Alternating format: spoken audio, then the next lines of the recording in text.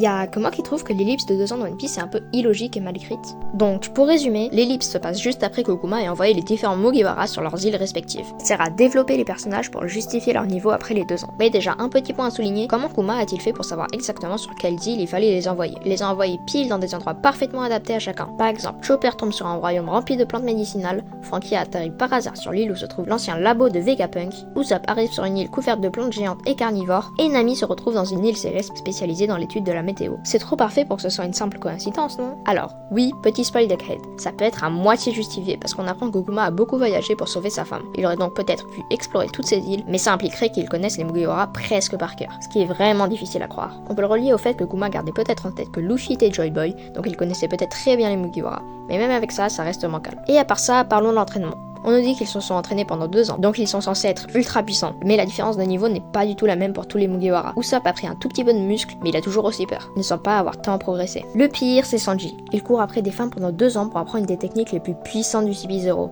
C'est comme si je faisais entraîner un perso 2 ans aux côtés d'un des persos les plus forts du verse, et que genre, en un combat de même pas un jour, il apprenait plus que 6 mois aux côtés de Rayleigh, le seigneur des ténèbres. Oui bon, vous l'avez peut-être compris, je parle de Luffy. Il s'entraînait avec Rayleigh pour le haki pendant 2 ans, c'est énorme hein. Puis il fight Katakuri pendant 2 secondes, et hop, haki de l'observation avancée. Bref, la comparaison n'a aucun sens. Personnellement, j'ai vraiment l'impression que l'ellipse a surtout servi à changer le design des Mugiwara et à dire maintenant ils sont plus forts sans vraie logique derrière. Surtout qu'on ne ressent jamais vraiment leur puissance, ils affrontent toujours des ennemis plus forts donc on les voit jamais dominer facilement, comme pour prouver leur évolution.